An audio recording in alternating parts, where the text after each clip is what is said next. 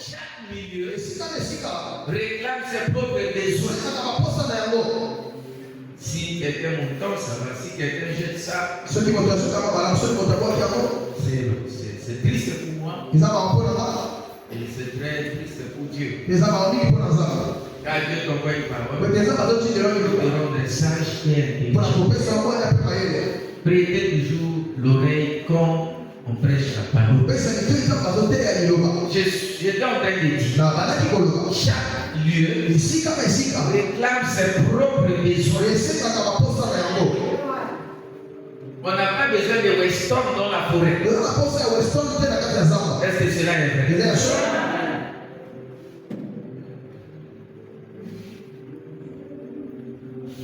On n'a pas besoin de tout partout.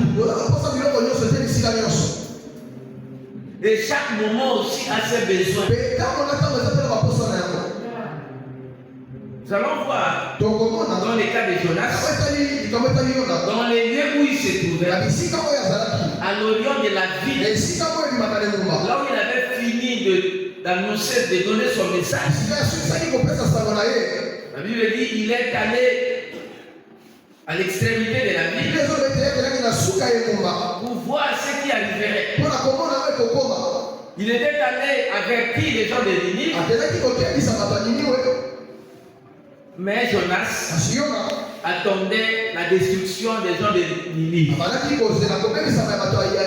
Ça c'est l'homme. Ça c'était lui.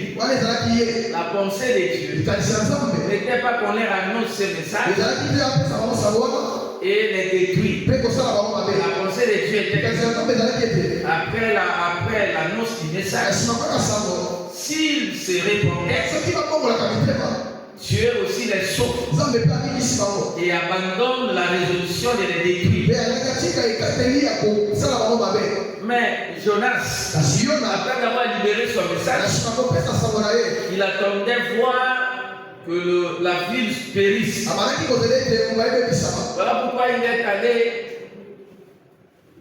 à l'extrémité de la ville pour voir ce qui arriverait à la ville. Mais pendant que lui attendait la destruction de la ville de Ninive, lui aussi avait ses problèmes. Le problème de Jonas, c'est que quand la journée était venue, il y a eu un problème. Le soleil était accablant et la chaleur était forte. Et Jonas a commencé à s'irriter. Jonas a commencé à dire des choses sans contrôle. Il a dit la mort m'est préférable que la vie. Parce que, qu'est-ce qui s'était passé? Dieu avait envoyé un vent chaud, un vent d'Orient, pour souffler là où se trouvait Jonas. C'est bien bon que nous mettions tous sur Satan. Non, que nous mettions tous sur Satan. Mais tout ce qui se passe dans notre vie, Satan n'est pas toujours l'auteur. Dans l'histoire de Dieu et de Jonas, Satan n'était pas là. Comme nous avons lu la Bible, nulle part on a parlé de Satan. Mais celui qui a envoyé le vent chaud contre Jonas, c'est Dieu. N'exagérons pas trop. Comme nous, l'église de Réveil, nous exagérons avec les combats spirituels. Mais dans les livres de Jonas, là, dans les livres de Jonas, il n'y a même pas Satan. C'est les livres où Satan est absent. Est-ce que c'est vrai? Il est dit à la fin. Même quand on doit le jeter dans l'eau, il n'y avait pas un esprit de saut qui avait.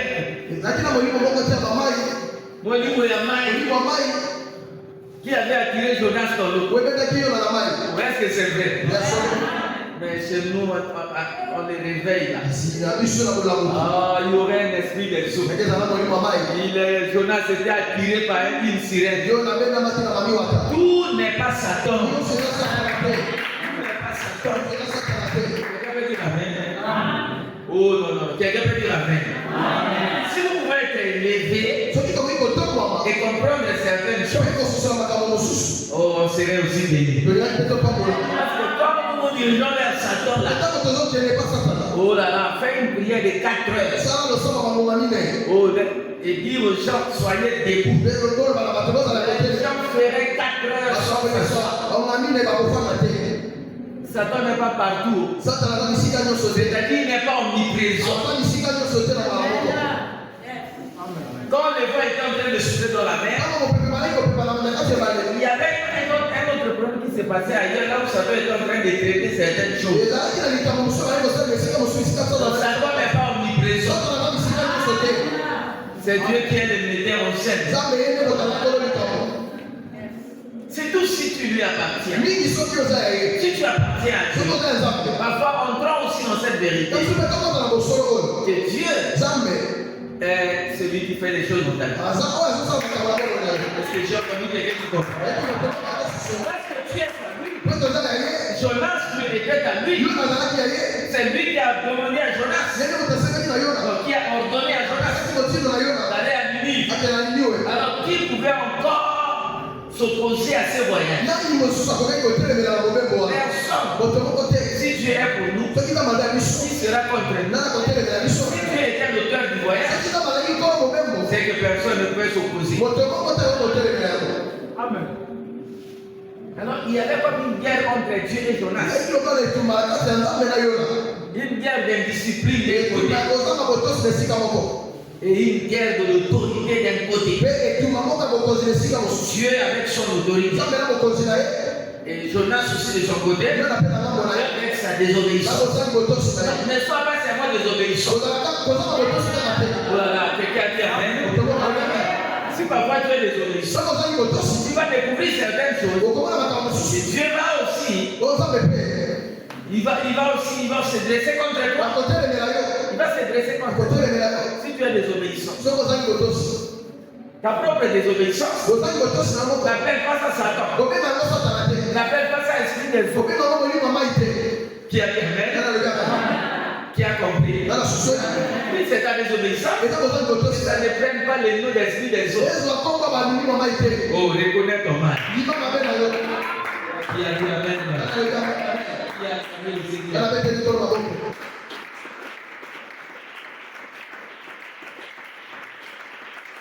Merci. Alors, Jonas était là. Dieu a envoyé un vent chaud et un soleil accablant. Jonas était sur le point de mourir. Mais avant cela, quand le soleil sortait, et Jonas savait que ça ferait très chaud ici. Dans cette minute-là, c'est presque le désert. Il s'est construit une petite cabane. Bien aimé, des solutions. Des solutions. Des propres solutions ne pourront pas te satisfaire. Ne pourront pas te donner la paix. Il a débrouillé. Il a débrouillé. Il a fait sa petite cabane pour se garder contre le soleil. Mais Dieu envoie maintenant. Il envoie le vent. Ce que toi tu fais ne peut pas résister à la puissance de Dieu. Ce vent-là a détruit la cabane. Et Jonas a commencé à s'irriter. Mais quand la nuit est arrivée, Dieu a fait croître les ricets. Ça, c'est Dieu qui a amené la solution. Rapidement. Pendant qu'il était venu, il dit bon, cette nuit-là, je fais croître les ricets. Et après d'avoir fait croître les ricets, quand Jonas se réveille, il trouve qu'il était sous une petite maison là. Sous cette maisonnette là. Donc il avait de l'ombre. Cette maison-là, c'est le ricin. C'est-à-dire Ndundawana. Yaka genre Ndunda. Yaka genre Ndunda. Mais Zaka Ndunda, au soutien de la chose, tous les liens, c'est-à-dire tous les anxiétés, tous les matiti, tous les blocs, ils sont beaux, t'as aussi tous les liens quand même. Et là, on est là, on a une forme en haut. Est-ce que nous comprenons? Parce qu'il y a une plante, on sait Ndunda. Mais ça nous a voulu à tel point que ça devait avoir une grande feuille. Si ce n'est pas une feuille, c'est comme les champs de fleurs que nous voyons là et qu'on est souvent en train d'arranger avec des fleurs. Certaines fleurs avec beaucoup de brindilles que les coiffeurs donnent une bonne forme. Je crois que nous avons des tels genres de fleurs. Et une telle fleur, avec son ampleur, ça peut te donner des longueurs. Est-ce qu'on peut dire amen? Si c'était en forme de feuilles, des grosses feuilles, je ne sais pas. C'était en forme de petites branches comme des fleurs, je ne sais pas. Mais c'était quelque chose qui donne des langues. Est-ce que chacun a compris? Quand la journée était là, Jonas était très content. Parce que sa cabane n'était plus là. Et maintenant, il se voit sous les ricins. Alors, vraiment, il était dans la joie. La Bible dit ceci. J'ai lu avec vous. On dit Jonas éprouva une grande joie. On n'a pas dit éprouva la joie. Mais Jonas éprouva une grande joie. Quelqu'un peut dire amen? Donc, aucun effort. Il trouve que non, il y a de l'ombre. La journée va bien se passer. Je disais ceci. Tout lieu n'a pas besoin de tout. Chaque lieu et chaque moment a ses propres besoins. Dans la situation d'une telle chaleur,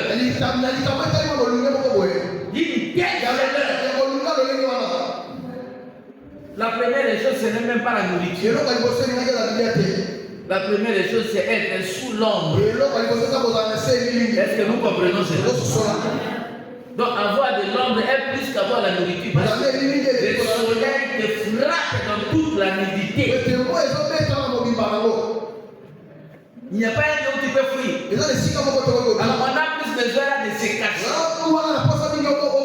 que d'avoir, je ne sais pas, que d'avoir même des cacahuètes sous un tel soleil. Si tu manges des cacahuètes, mais la mort va s'en suivre. Parce que où est-ce que tu vas voir des l'eau? Chaque milieu a ses besoins primordiaux. Alors le plus grand besoin là, c'était l'homme. Alors quand il s'est retrouvé sous les ricins, il a dit Jonas éprouva une grande joie. Une grande joie. Et Dieu le mettait en scène. Le mettait en scène. Alors quand il a vu, il était en train d'observer Jonas. Il regarde, il est maintenant la joie.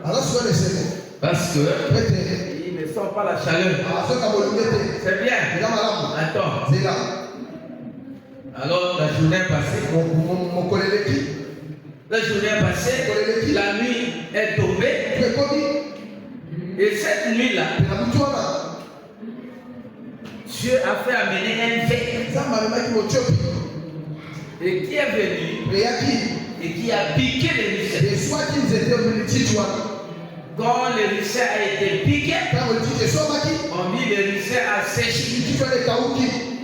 La journée est encore venue. La journée est encore venue. Ah, mon berger, qu'est-ce qui se passe, mon Dieu? La journée est encore venue avec sa chaleur. Et Jonas est retourné encore dans son état de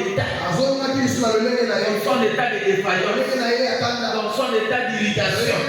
Jonas a commencé à s'irriter. Il a commencé à s'irriter très fort jusqu'à tomber en défaillance. Et c'était le temps maintenant de dire n'importe quoi.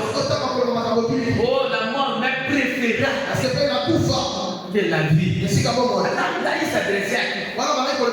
Jonas ne s'adressait qu'à Dieu. Mais dans un esprit de colère. Donc Jonas était prêt à mourir. Que dois-je faire? La mort vient. Je n'ai plus besoin de cette vie.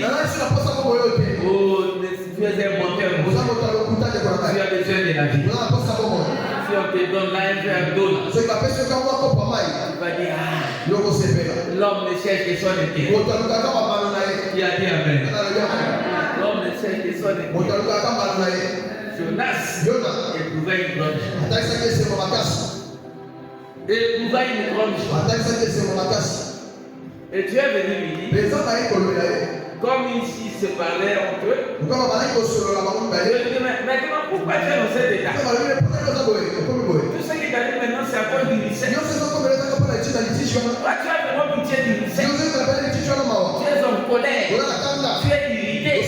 C'est parce que le lycée a séché. Quel est l'effort que tu as fait? Oyosalaki. Pour que ce lycée-là croisse. Tu as pitié de quelque chose qui est sorti en une nuit. Et qui a prié aussi dans une autre nuit. Qu'est-ce qui s'est passé avec toi? Oui, dis non, oui. Je suis en colère. Je suis en droit de m'irriter. À cause du lycée. Et Dieu lui dit, toi tu as pitié du lycée. Pour lesquels expliquez à vous bien. Expliquez que nous n'allons pas comprendre ni n'y a pas de ça. Quand la Bible dans la comprendre les années la herbe, les années la plante, il faut faire des recherches. Alors tu as pitié du lycée pour lesquels tu n'as pas contribué. Quelque chose qui est sorti comme ça et qui a péri. Et chez toi ça te fait trop mal. Mais quand le lycée était sorti, tu avais trouvé une grande vie. Moi je ne vais pas avoir pitié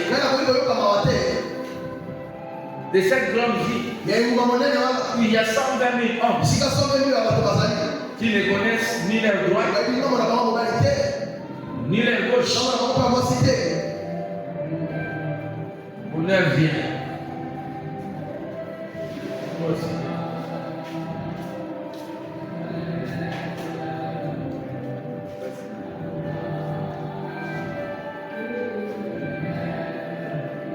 En une fois, faites ce que je vais vous dire. Montrez-moi vos pieds droits. Bonheur.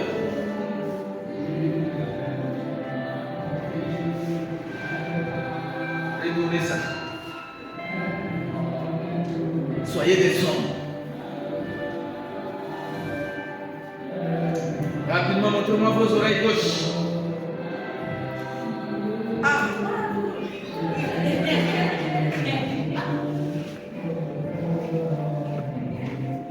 Faut pas les faire. Quoi maintenant? J'ai fait des sons. Toi, épaule droite, rapidement.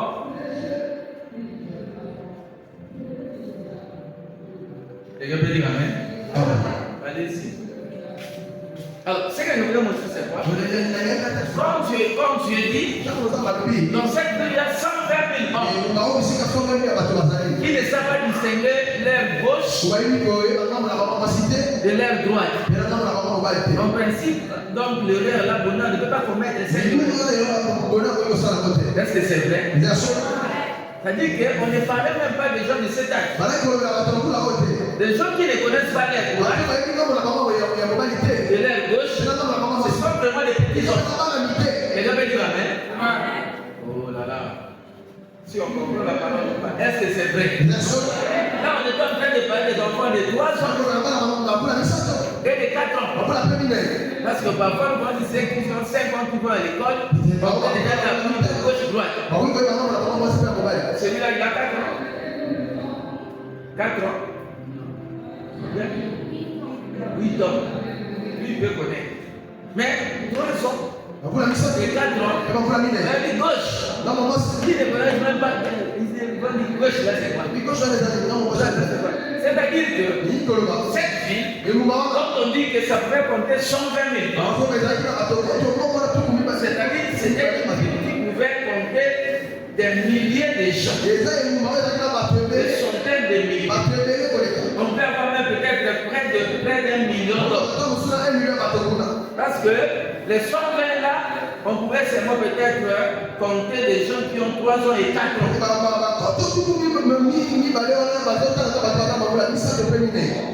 Est-ce qu'il y a quelque chose là que nous reprenons? C'est-à-dire c'était vraiment une grande ville. Mais Jonas n'avait pas besoin de ça. Il n'avait pas besoin d'eux. Comme il savait que non, le Dieu n'est pas le Dieu des Ninivites. Dieu est notre Dieu à nous les Hébreux. Lui, il ne s'attendait qu'à voir la ville périr. Il ne s'attendait qu'à ça. Il était d'intérêt illimité. Dieu, en parlant de cette ville-là, il a même parlé des animaux. Il a même parlé des animaux. C'est-à-dire Dieu s'intéresse même aux animaux. Il ne faut pas tout amener dans le cadre où on parle de la révélation. Les animaux, ça dit c'est quelqu'un qui n'a pas reçu Jésus. Parce que non, quelqu'un serait amené à dire ça. En Ninive, les gens ne croyaient pas en Dieu. Ils ne connaissaient pas Dieu. C'est Dieu qui les connaissait. Et qui avait besoin de les sauver. Et qui a dit Amen. Alors c'était des animaux. La ville comportait beaucoup d'hommes et comportait aussi beaucoup d'animaux.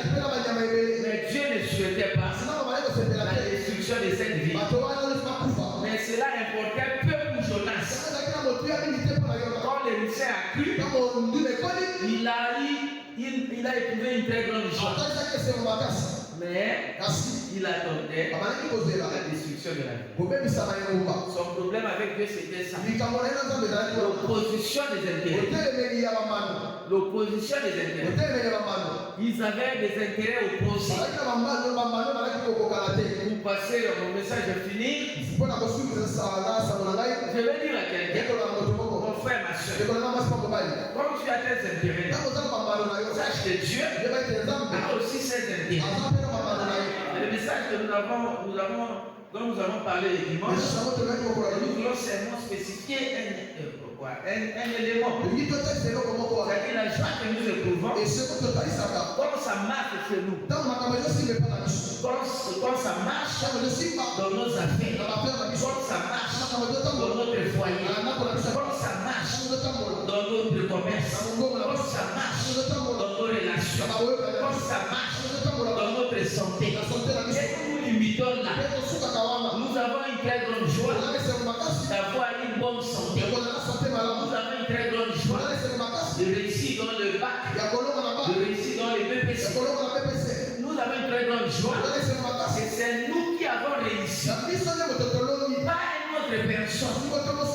Je suis en train de faire dans ce sens-là. Nous avons une très grande joie et c'est nous qui sommes en bonne santé. Moi, je ne suis pas malade. Quand tu dis moi, je ne suis pas malade, ils te sont vraiment bien. En disant que non, tu n'es pas malade. Pourquoi tu sais que non, d'autres personnes ne sont pas malades? Il te dit que d'autres personnes ne sont pas malades. Mon frère, ma soeur, si toi tu es en bonne santé, sache qu'il y a des gens qui sont malades. Et sans toi tu es en bonne santé, tu n'as plus besoin de quoi que ce soit. Mais tu as besoin de celui qui est malade. Qui a dit Amen? Dieu a besoin de celui qui est malade. Dieu a besoin de cette femme qui a perdu son mari. Parce que pour toi, ton mari n'est pas mort. Mais une autre femme vient de perdre son mari. Pour toi, tu vas dire, je dois servir la table de mon mari. Soit on ne parle qu'en ce qui concerne les propres avantages. Mais Dieu voit l'avantage de tout le monde. Dieu veut voir tout le monde en sécurité. Dieu veut voir tout le monde en avec qui? Parce que tout le monde ne me suit pas. Amen. Quelqu'un m'a dit non, ma femme a bien accouché. Il va dire comment? Ma femme a bien accouché. Donc, jusqu'à côté là où sa femme a bien accouché, une autre femme a perdu son enfant. C'est ça l'homme. Ma femme a bien accouché. Mon fils a réussi à l'examen. C'est seulement son fils. Même si tous les enfants du Congo peuvent échouer, ça sera même bien pour lui. C'est seulement son fils qui a eu les bacs au Congo. C'est ça l'homme. L'homme ne voit que ce qui est à lui. L'homme est très possessif. L'homme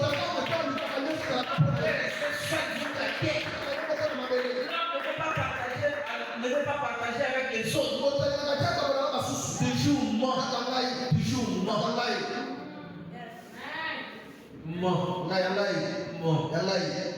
Non, ma maison est bien. Les vents étaient passés. D'autres maisons sont tombées. Il va dire non, ma maison vraiment a résisté. Ma maison a résisté au vent. Ma maison a résisté à ces vents-là. Ma maison. Mais la maison du voisin est tombée. Lui, il parle de sa maison qui est restée intacte. C'est ça l'homme. C'est ça l'idée de Jonas.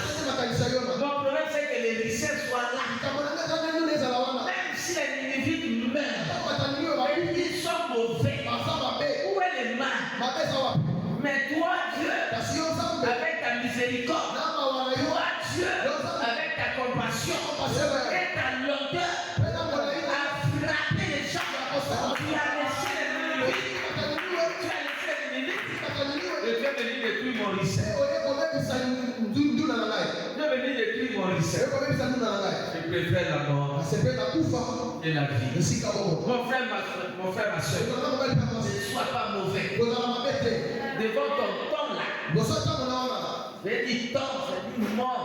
Non. Je ne pas être possessif. On est dans l'évangile. C'est le français à l'église. Comprends ce que j'ai dit? Je dis devant ton temps mort. Qu'est-ce que je dois dire? Je dois dire comme ça, devant ton temps là. Devant mon là. Ce qui est à toi là. Dieu a son avantage. Commence un peu à ouvrir les yeux et à reconnaître les intérêts de Dieu. Faire une bonne compagnie avec Dieu. Non, comprends. Fais une bonne compagnie avec Dieu. Fais une compagnie de telle sorte que toi, tu as ton intérêt et tu reconnais sur l'intérêt de Dieu. Quand tu dois reconnaître ta femme a bien accouché, mais prie aussi pour d'autres femmes, pour que ces femmes aussi accouchent bien. Prie aussi pour d'autres enfants, mais elles aussi réussissent au même prix. Prie aussi pour les autres hommes qui ne meurent pas et qui demeurent aussi avec leurs femmes. Et après tu continues à faire dormir leurs enfants. Tu ne vas pas seulement rester sur la terre avec tes enfants. Les chiens viendront vous faire du mal. Il faut qu'il y ait beaucoup d'enfants pour qu'ils soient nombreux à l'école. Il faut aussi qu'il y ait beaucoup de papas qui prennent soin de leur famille. Il faut qu'il y ait aussi beaucoup de mamans qui prennent soin de leur mari et de leurs enfants. Est-ce que quelqu'un a compris? Ne reste pas dans l'égoïsme. Sois aussi celui qui reconnaît les intérêts de Dieu. Quand tu te réveilles le matin, tu as besoin du pain. Prie pour que les autres aussi aient du pain. Prie pour que les autres aussi se laissent affaire aussi marche. Quand tu vas travailler au beach, tu dis seulement Dieu, donne-moi l'argent. Donne-moi l'argent. Et là au beach là, il faut qu'on te donne toi seulement l'argent. Toi seulement. Non, les autres qui sont allés aussi là-bas, ils doivent aussi avoir de l'argent. Là, tu vas satisfaire le cœur. Personne n'a dit amen. Amen. Là aussi, tu vas satisfaire les cœurs. Que voulons-nous dire? Si nous voulons voir nos affaires marcher, si nous voulons voir nos richesses rester en place, si nous voulons voir que ce qui est à nous ne cesse pas, commençons à regarder les autres. Qui a dit Amen? Commence à regarder les autres. Ton lycée ne séchera pas. Si quelqu'un a compris le message, j'avais déjà terminé. Si tu regardes les autres, Dieu regardera ton lycée. Ne va pas de lycée. C'est une plante qui n'est pas dure. Ça peut se détruire à tout moment. Regardez ici une petite piqûre de verre. Et la plante sèche. Et ce que tu as là, ce que tu dis mort, n'est pas peut-être dur, n'est pas fort. Dieu ne le soutient pas. Ça se détruira. Alors si tu ne veux pas que ça se détruise, Dieu peut faire vivre le lycée. Autant d'années. Il est plus puissant pour faire cela. Mais Dieu, quand il regarde que toi tu veux seulement rester seul, il va aussi faire sécher les lycées. Afin que toi tu souffres comme les autres. Et que tu reconnaisses que la vie n'est pas seulement pour toi. Dieu n'est pas Dieu. Dans toute sa grandeur, seulement pour soutenir ta vie seule. Dieu, il est le tout puissant pour soutenir toutes les vies. Pour soutenir les vies de tous les hommes de la terre. Il est le puissant pour soutenir les vies de tous les animaux. Il est le puissant pour soutenir la vie de tous les poissons. Il est le tout puissant pour faire que toutes les maisons ne tombent pas. Il est le tout puissant. Donner des diplômes à tous les hommes. Alors toi, intéresse-toi à tout le monde. Dieu s'intéressera aussi à toi.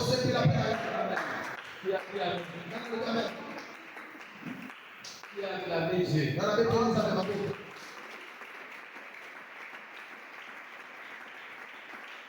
Alléluia.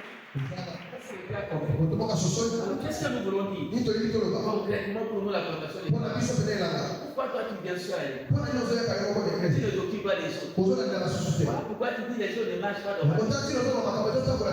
Ne pense pas que Dieu a créé l'église pour que ce soit pour toi seul. Il a envoyé son esprit saint. Mais presque pour que tout le monde soit sauvé. Dieu veut que tous les hommes soient sauvés. La Bible ne dit pas ça. La Bible ne dit pas ça. Dieu veut que tout le monde, tous les hommes, parviennent à la repentance. Amen. Dieu ne veut pas que quelqu'un périsse. Il veut que tous les hommes parviennent à la repentance. Parce que le jugement de Dieu qui viendra sera fatal et catastrophique. Ta tante là qui ne connaît pas Dieu, si ne rencontre si elle ne rencontre pas Dieu, ça sera fatal pour elle. Tu dois tout faire pour qu'elle soit sauvée. Tu dois tout faire pour que ton oncle soit sauvé. Tu dois tout faire pour que cet inconnu-là que tu vas croiser soit sauvé. Tu vas commencer à faire cela. Dieu va s'intéresser à toi. Tu auras de l'ombrage. Tu auras la paix. Dans le milieu qui te retrouvera. S'il s'agira d'un lycée, le lycée viendra te donner des noms. Si c'est, je ne sais pas, dans la grande ville, Dieu te donnera des Weston. Je ne sais pas si c'est dans les bateaux. Je ne sais pas ce que Dieu doit te donner. Si dans un bureau, Dieu te donnera un siège.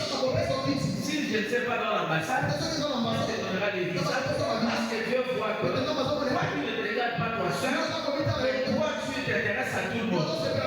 Soit ça fait de cette manière, il y a d'autres qui vont à la main de Dieu, agir en toi. Ça s'intéresse aux autres. Qui a dit Amen? Amen. Commence à s'intéresser aux autres. L'intention de l'Éternel. Intéressons-nous aux autres. Prenons soin des intérêts de Dieu. Depuis que vous êtes là, il y a même petit nombre de gens qui sont à la musique comme ça.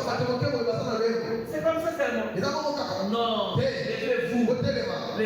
Attirez que les gens viennent. Attirez que les gens viennent à l'église. Mon frère, attire que les gens viennent à l'église. Vous scandalisez. Je venais de parler de quelque chose. Il y a beaucoup de femmes ici. Il faut qu'il y ait des hommes pour qu'ils viennent pour que ces femmes trouvent le mari. Vous ne faites jamais ça. Vous n'appelez pas les gens. D'autres femmes là, où est-ce qu'ils vont trouver les maris? Et c'est d'autres manières où est-ce qu'ils vont trouver les femmes? Mais vous ne vous intéressez pas. Tu es là seulement à tes propres pays. Donne-moi mon mariage. Donne-moi mon mariage. Et tu attends que ce soit José qui aille maintenant te chercher le mari. Un homme va venir ici. À ce moment-là, maintenant il doit te prendre en mariage. Tu l'avais amené. Ou soit non, quand tu vas voir une femme venir, cette fille est belle. Tu l'appelles même pas soeur. Tu l'appelles cette fille. C'est quelqu'un déjà à l'église. Est-ce que tu l'avais amené? Non, on doit vous dire des choses comme ça. Dans la maison de Dieu. Dans la maison de Dieu soit remplie. Et alors la bénédiction viendra. Vous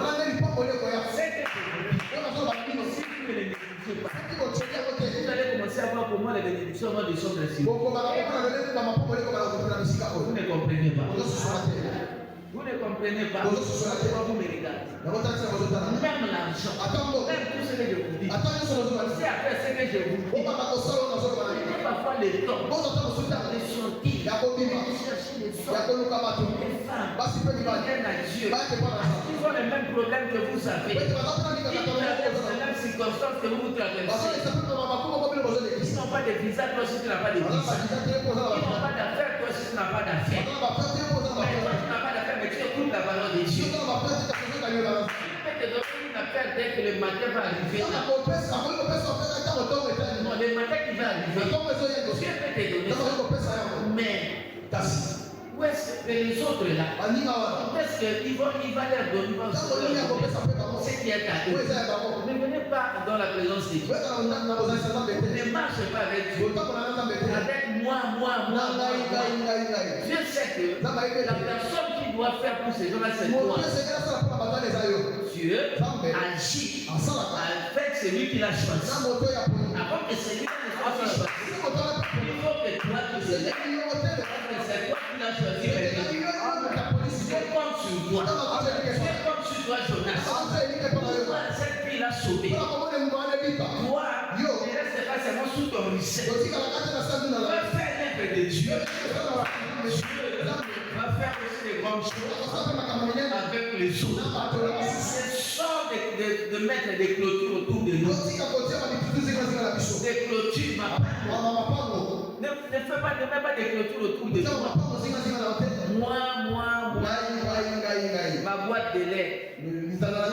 Mon stylo. Mon cahier. Ma chambre. Ma maison. Mon réchaud. Mon bamboula. Bamboula.